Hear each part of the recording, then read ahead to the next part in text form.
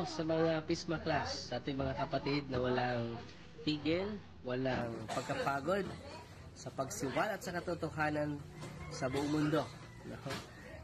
Sa daily reflection ninyo sa Ebanghelyo patuloy, kahit isa lang ang makikinig, maganda na yan. Dahil sabi ni Kristo, pagitan ni Apostol Pablo, bahagi ninyo yung natutunan ninyo. At sa pagbahagi ninyo sa natutunan ninyo, mailigtas nyo yung sarili ninyo, pati na ang inyong nakikinig. So, maganda yan. 1 Timoteo chapter 4 verse 16. So, patuloy kayo, be inspired with the Holy Spirit, and receive always the grace of God. Because the grace of God can empower us. Amen. Fight, Team Maria. Attack safety with a humble heart.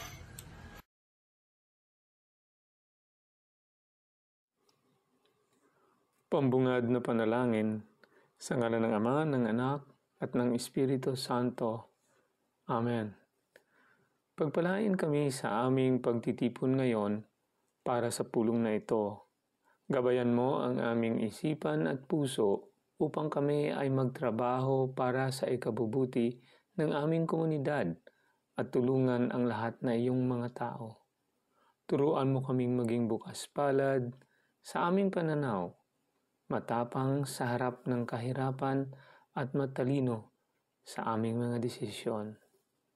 Ama, pinupuri ka namin magpakailanman. Amen. Sa ngalan ng Ama, ng Anak, at ng Espiritu Santo. Amen. Hello, mapagpalang oras po sa ating lahat. At welcome po. Welcome sa ating munting tahanan dito sa Facebook at sa YouTube, ang ating Pesma Plus. At sa pagkakataon na ito, tayo po ay magninilay na naman o ang ating Gospel Reflections sa ating programa na Pesma, Pagnilayan ang Ebanghelyo sa madaling araw sa Pilipinas.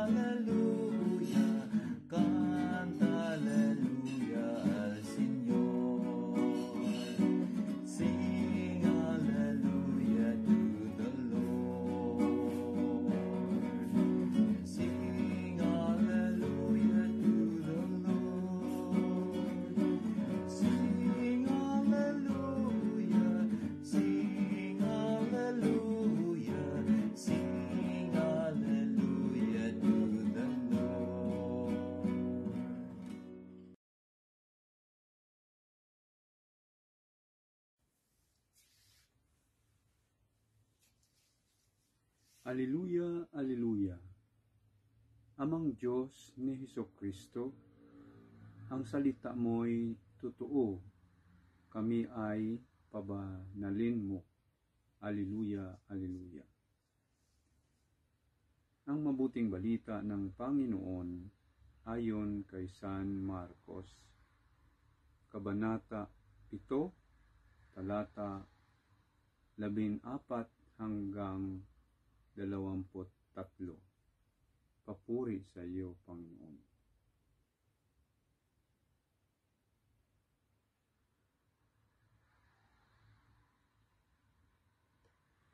Noong panahong iyon, muling pinalapit ni Jesus ang mga tao at sinabi sa kanila, "Makinig kayong lahat at unawain ang aking sasabihin. Hindi ang pumapasok sa bibig ng tao ang nakapagpaparumi sa kanya sa mata ng Diyos, kundi ang mga nagmumula sa kanya. Ang may pandinig ay makinig." Iniwan ni Jesus ang mga tao at nang makapasok na sa bahay, siya'y tinanong ng kanyang mga alagad tungkol sa talinhaga. "Kayo ba'y wala ring pang-unawa? Tugon ni Jesus. Hindi ba ninyo alam na hindi makapagpaparumi sa tao ang kinakain niya, sapagkat hindi naman pumapasok iyon sa kanyang puso, kundi sa tiyan, at pagkatapos ay idinudumi? Sa pagsabi nito'y para ng ipinahayag ni Jesus na maaaring kainin ang lahat ng pagkain. Nagpatuloy siya sa pagsasalita. Ang lumalabas mula sa tao ang nagpaparumi sa kanya sa mata ng Diyos, sapagkat sa loob, sa puso ng tao, nagmumula ang masasamang isipang nag-uudyok sa kanya na makiapid, magnakaw, pumatay, mangalunya, mag-imbot, at gumawa ng lahat ng kabuktutan, tulad ng pagdaraya, kahalayan, pagkainggit, panirang puri, kapalaluan, at kahangalan. Ang lahat ng ito'y nanggagaling sa puso ng tao, at siyang nagpaparumi sa kanya. Ang mabuting balita ng Panginoon. Pinupuri ka namin, Panginoong Jesucristo. Thank you so much at thank you din po sa inyo, sa inyong patuloy na pagkikinig, pagsusubaybay at pagsusuporta sa ating channel. Welcome po kayong lahat, welcome po tayong lahat dito sa ating munting tahanan, ang ating Pesma Plus, sa ating munting gawain ng pagninilay po sa gospel sa araw na ito. At siyempre, ako'y magdadala ng words of the Holy Father. Yan po pag-start natin ng ating program. Ito po ang pagninilay ng ating Santo Papa na ibinasi niya sa Gospel po sa araw na ito na nanggaling kay Saint Mark, chapter 7, verses 14 to 23. Ito po yung words of the Holy Father. Dear brothers and sisters, this also pertains to us. We often think that evil comes mainly from the outside, from other people's conduct, from those who think badly of us, from society. How often we blame others, the society, the world, for everything that happens to us. It is always the fault of others. It is the fault of people, of those who govern, of misfortune, and so on. It seems that problems always come from the outside, and we spend time assigning blame. But spending time blaming others is wasting time. We become angry, bitter, and keep God away from our heart. Let us ask the Lord today to free us from blaming others like children. No, it wasn't me, it's the other one. Let us ask in prayer for the grace not to waste time polluting the word with complaints, because this is not Christian. Jesus instead invites us to look at life and the world starting from our heart. If we look inside ourselves, we will find almost all that we despise outside. And if, with sincerity, we will ask God to purify our heart, then indeed we will be starting to make the world cleaner. Because there is an infallible way to defeat evil, by starting to conquer it within ourselves. Yan po binasa ng ating Santo Papa sa kanyang Angelus noong 29 of August in the year of our Lord, 2021. Napakaganda po ng pagninilay ng ating Santo Papa ay expound natin mamaya. Sa akin naman po pagninilay, alam na natin na ito po palaging binibigyan natin emphasis ang pagkain dito, di ba? Do you not realize that everything that goes into a person from outside cannot defile, since it enters not the heart, but the stomach and passes out into the latrine? Thus he declared all foods clean. But what comes out of the man, that is what defiles him. From within the man, from his heart, come evil thoughts, unchastity, theft, murder, adultery, greed, malice, deceit, licentiousness, envy, blasphemy, arrogance, folly. All these evils come from within and they defile. Diba? So una sa pagkain, I think it's very, very clear na hindi naman ang pagkain ang nagpapadumi sa atin. Of course, except pag poison yan, di ba? Pag ininom mo yung poison, di ba, mamamatay ka. So hindi po, ang regular natin na pagkain ay hindi nakakasira ng ating kaluluwa. Doon sa kapis po ay may kapistahan. Ito po ay, I think it's in middle of April 15 yata. Ang kapistahan po is seafoods festival. So, masarap po. Sasabihin ko sa inyo, we go to Capiz and doon ka magpakasawa ng kain ng seafoods. Dahil po kumakain sila ng seafoods, hindi po sila makasalanan. Ang mga taga-Capiz are very, very accommodating. I gonna tell you that napakalambing po ng mga Capiz. So, I don't really think na dahil kumakain sila ng alimango, hipon, at marami pa, shells. At hindi lang isa, kundi isang bandihado po ay bibigay sa iyo. Ay, hindi po sila masasamang tao. I'm sure of that. So, yung mga nasa ibaing panampalataya na hanggang ngayon ay naniniwala na ito po mga pagkain na ito ay nakakadumi sa tao, hindi po.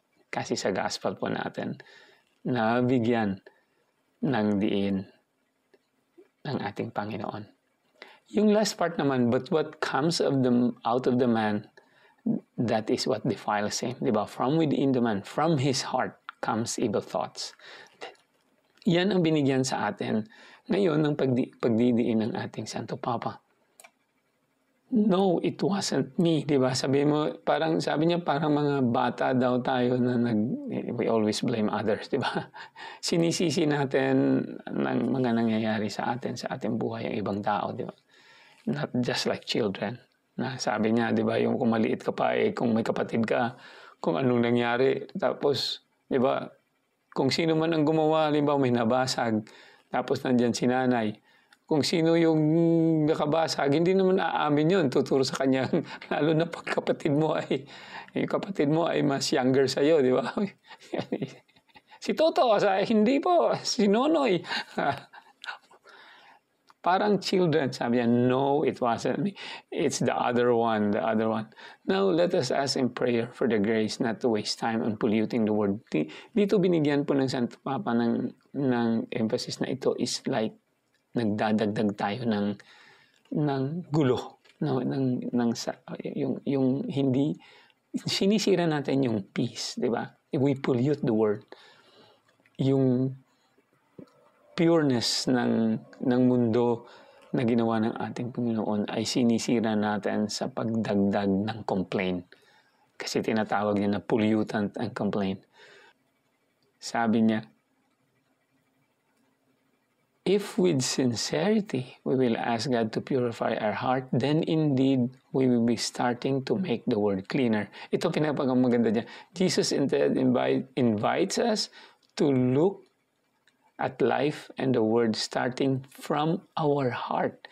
If we look inside ourselves, we will find almost all that we despise outside. Diba? Kung ano ang ayaw mo na palagi mong sinasabi, sabi ng ating Santo Papa, kung titingnan natin sa loob ng ating puso, makikita po natin yan. Remember, ang society po is a reflection of yung mga tao na nandyan sa society. Kaya sinasabi ko yung mga taga-kapit sa hindi masasamang tao, ibig sabihin ang kanilang puso po ay mabuti kahit kumakain sila ng alimango. Masarap kasi ang alimango. So kung masama ang isang tao, ang ating sinasabi ay kasamaan, and it influences the society, di ba? Pag marami tayo, nakokolek yan, and that becomes the collective attitude of the society. So, kung yan ay naiinis tayo dyan, nagagalit tayo dyan, kung titingnan natin kung kasama tayo sa society na yan, kung titingnan natin, sabi niya sa loob ng ating mga puso, ang lahat na kinaiinisan natin ay nandyan din sa atin because we become part of that society. So we have to ask God to purify us, tayo muna, so that we could affect society, to purify our heart.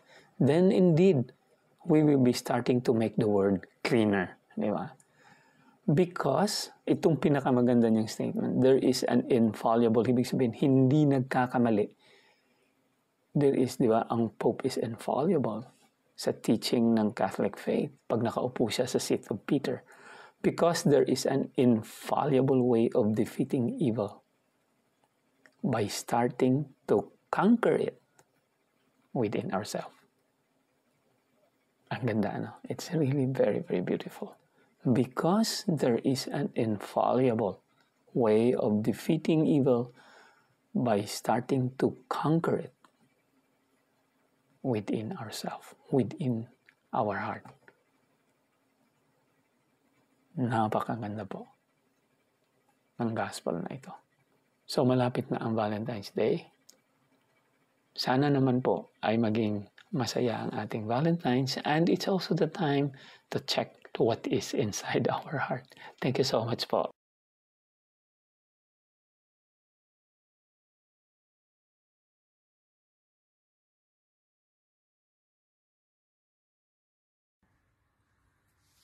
So maraming salamat. Pisma, Gwapitong Utod, Insider ng Amerika,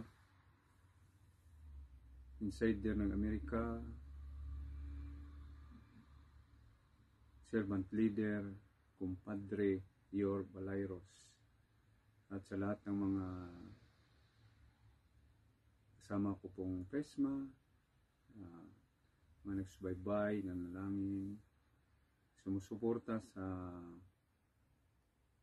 channel na ito, Pisma Plus, lalo na po ang programang ito, pagnilayang ng Ebanghelyo sa madaling araw dyan sa Pilipinas. Maraming salamat po sa inyong panalangin para sa amin dito, lalo na sa kapayapaan ng buong mundo. Kasama na po ang banal na lupa ng Israel. So, diretso na po ako sa pagnilay sa narinig po nating Ebanghelyo sa madaling araw dyan sa Pilipinas, araw ng Miyerkules, Petsa 12 ng Pebrero 2025. Ito po itungkol sa talinhaga. Ano po? Hindi po ng Panginoon ang mga tao. No? At sasabihin ito na hindi ang pumapasok sa bibig ng tao ang makapagparumi sa kanya sa mata ng Diyos, kundi ang mga nagmumula sa kanya.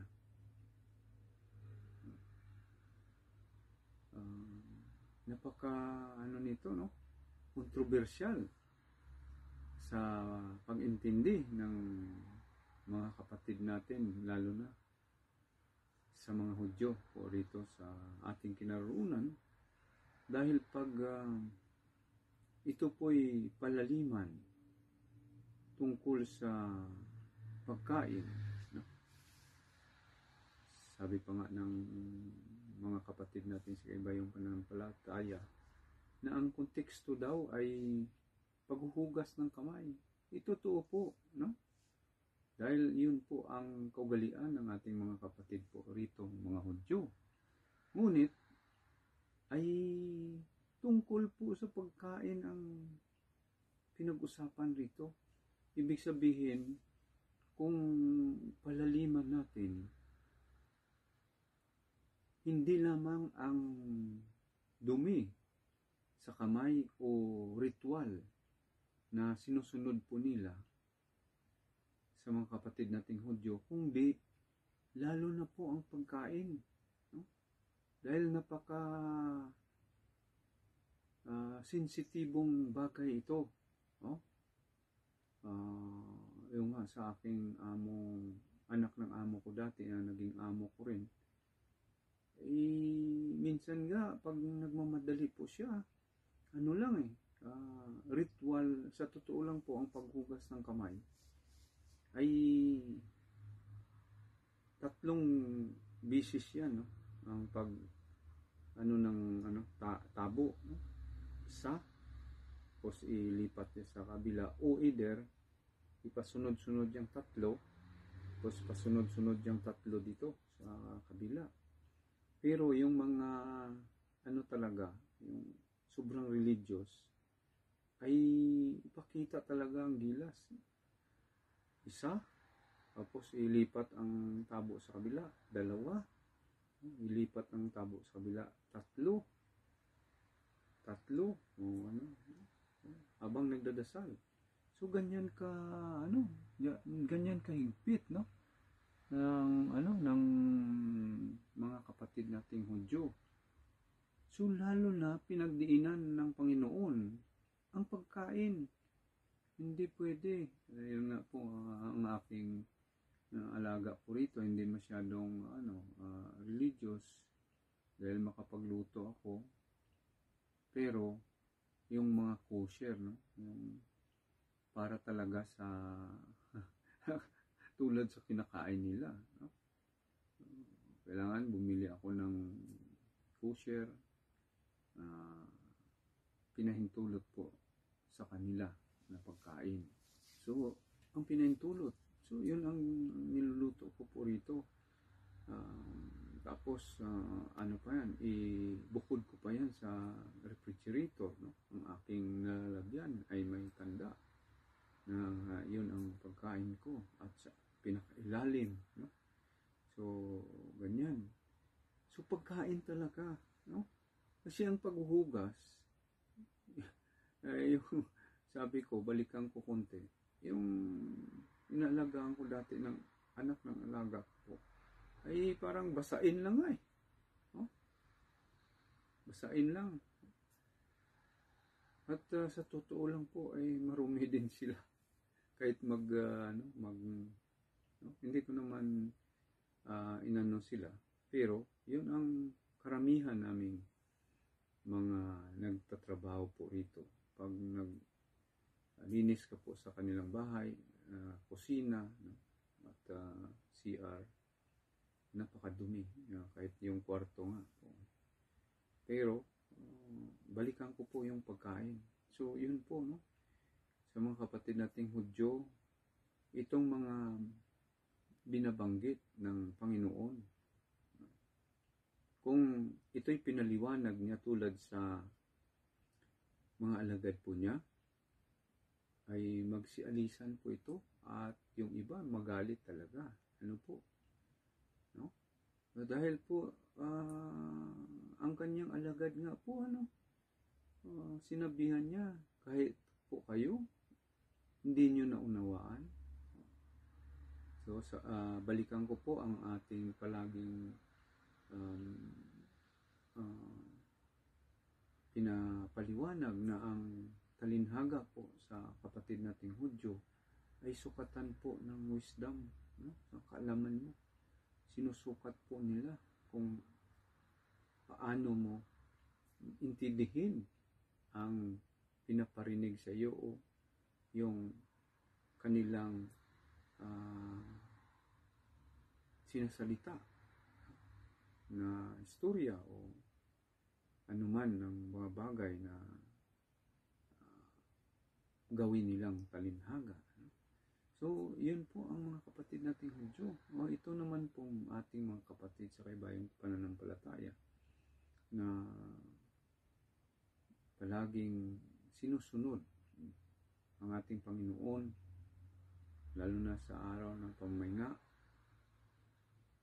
at kasama na yung pagkain. na yun ang problema dahil yung pagkain po nila na palagi naming sinasabi na hilaw talaga na pagkaudyo. So, pasintabi lang po, hindi sinasadya. Pero, yun talaga ang katotohanan ng pangyayari sa mga bagay na ito. Na pag ganito yung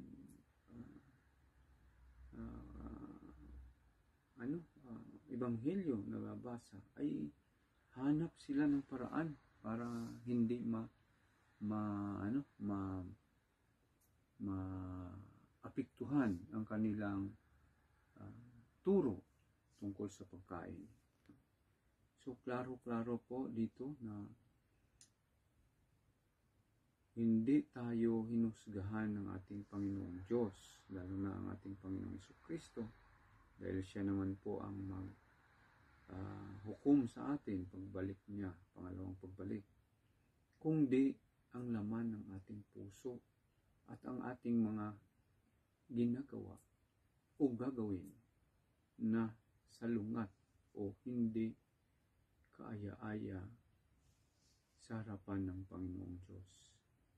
Yun nga po na tinuturuan po tayo ng ating simbahan na palaging magdasal at ipagdasal ang bawat isa na hindi mahatak ng kalaban.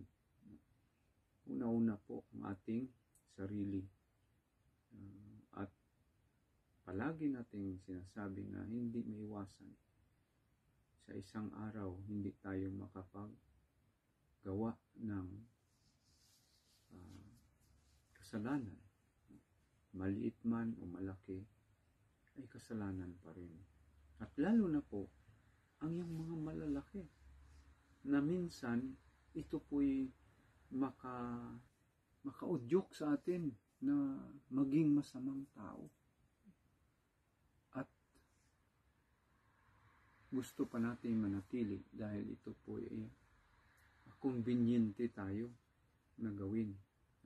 At pansamantalang masaya. Ano po?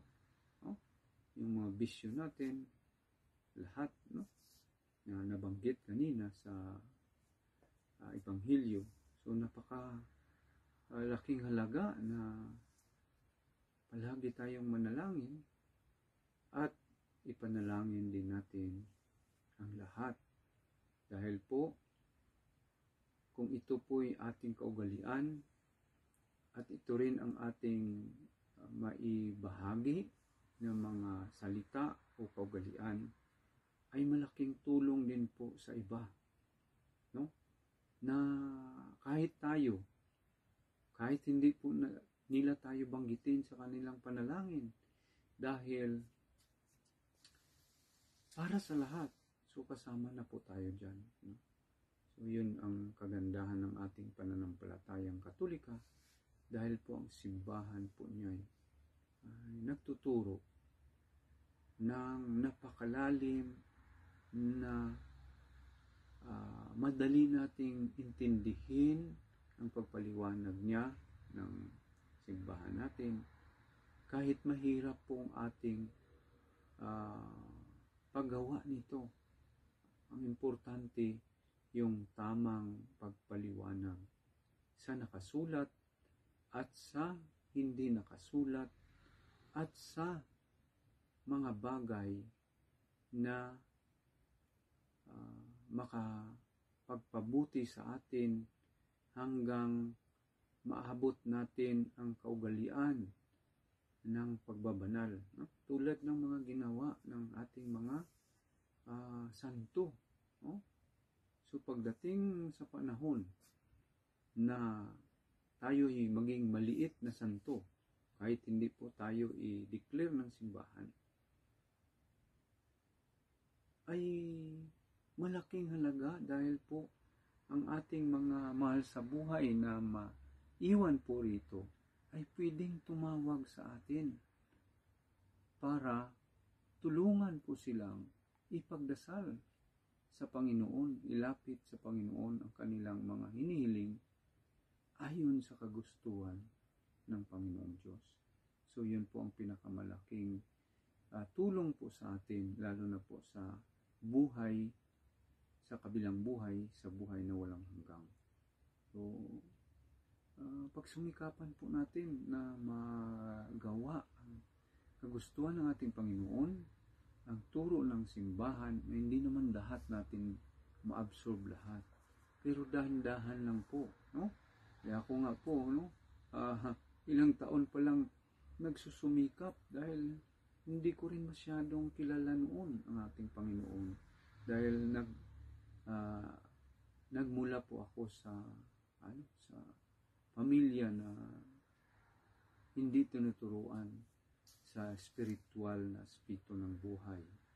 Ano po, yung kausap ko, yung nanay ko yung nakaraang mga araw, yun ang na-share ko po sa kanya. Sabi ko po, Nay, hindi naman ako nasisihin po kayo. Ngunit, karapat dapat pala na kami po ituruan ninyo at kayo po ay dapat turuan ng mga magulang nyo. Kung hindi naman po, ay ang simbahan, no, na dapat hanapin ang katuruan kahit sa dahan-dahan po, para kami na mga anak ninyo ay patuloy na madugtungan habang kami nabubuhay sa pagtanong at paghingi ng paliwanag ng ating simbahan. So, tayo pong mga magulang, alam po natin na yung iba nga sa atin ay nahatak na ang iba nating anak, tulad sa akin, no? Dahil yung una ko pong napangasawa ay sa ibang sikta. So, yung mga anak ko po doon ay nasa ibang sikta at nagpapalit-palit ng sikta. Yun ang so patuloy ko pong pinagdasal sila na dahan-dahan po mapaliwanagan at hipuin sila ng banal na espiritu na maunawaan ang turo po natin. Balang araw, sa kagustuhan ng Diyos ay ibalik sila o dalhin sila sa tamang turo sa iniwang simbahan ng ating Panginoon. So maraming salamat po. Papuri sa Diyos. God bless us all. Shalom beletraot. Todarabal kulam. Bibakasya. Back to you. Wapitong utod. Servant leader. Insider ng Amerika. Plus pa. Pisma compadre.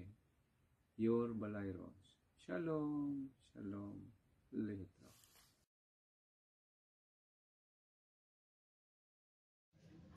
Ayan, isang mapagpalang oras po sa ating lahat mga kapesma.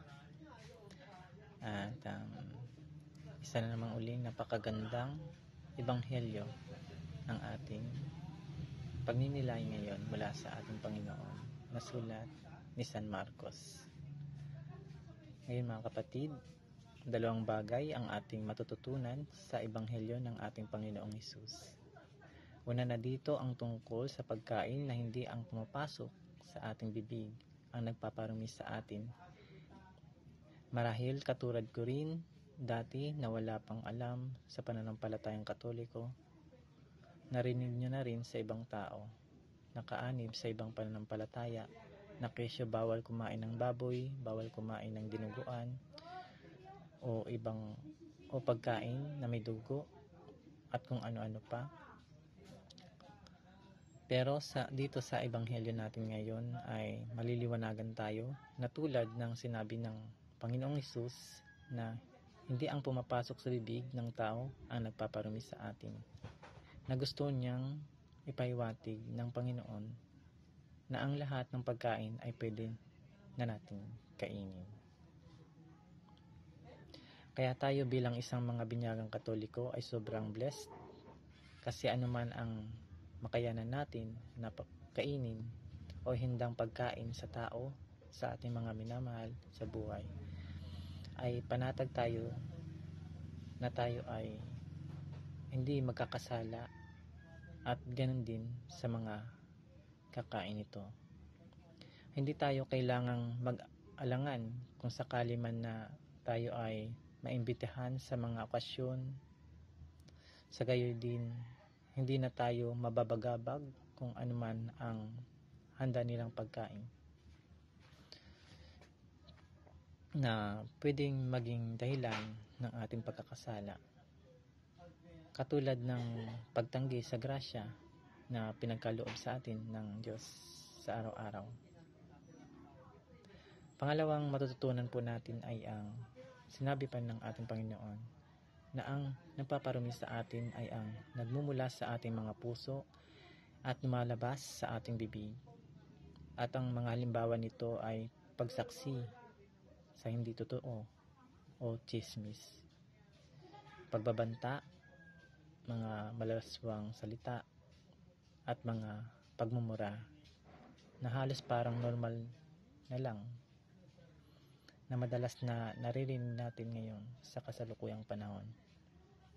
Mapa-social media man or mga aktual nating pamumuhay o aktibidad. At bukod po dyan, sabi ng Panginoong, sa puso din natin nagmumula ang bawat masasamang gawa. Kaya nga po, bago tayo magdesisyon, makapag-isip, magsalita, at gumawa, puso po muna natin ang nauuna, di ba? Pero sana, sa pagmamahal ng Diyos sa atin, na binigyan tayo ng free will, sana ang will pa rin ni Lord ang maghari sa ating mga puso. Amen. To God be the glory. Maraming salamat po. Yun lamang po. At pagpalain nawa tayo ng Panginoong Jesus sa araw-araw. Naway po, Pesma. Thank you po.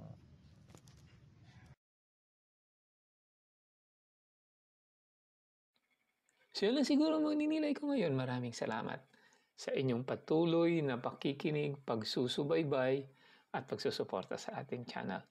Huwag pong kalimutan mag-like at mag-subscribe para naman po matulungan ang ating channel na lumago at para naman po maikalat natin ang magandang balita.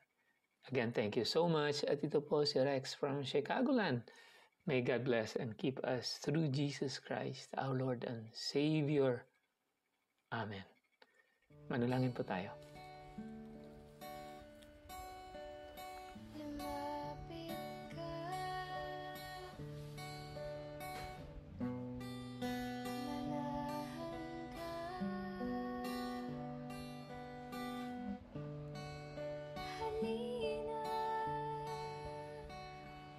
Sa aking piling, tinatawagan ka, banal mong presensya, Espiritu, banal manahan ka, Espiritu, banal lumapit ka. Prayer for the indwelling of the Holy Spirit. In the name of the Father, and of the Son, and of the Holy Spirit. Amen. Holy Spirit, powerful consoler, sacred bond of the Father and the Son, hope of the afflicted, descend into my heart and establish in it your loving dominion. Enkindle in my tepid soul the fire of your love, so that I may be wholly subject to you. We believe that when you dwell in us, you also prepare a dwelling for the Father and the Son. Deign therefore to come to me, consoler of the abandoned souls and protector of the needy. Help the afflicted, strengthen the weak, and support the wavering. Come and purify me. Let no evil desire take possession of me. You love the humble and resist the proud. Come to me, glory of the living, and hope of the dying. Lead me by your grace, that I may always be pleasing to you. Amen.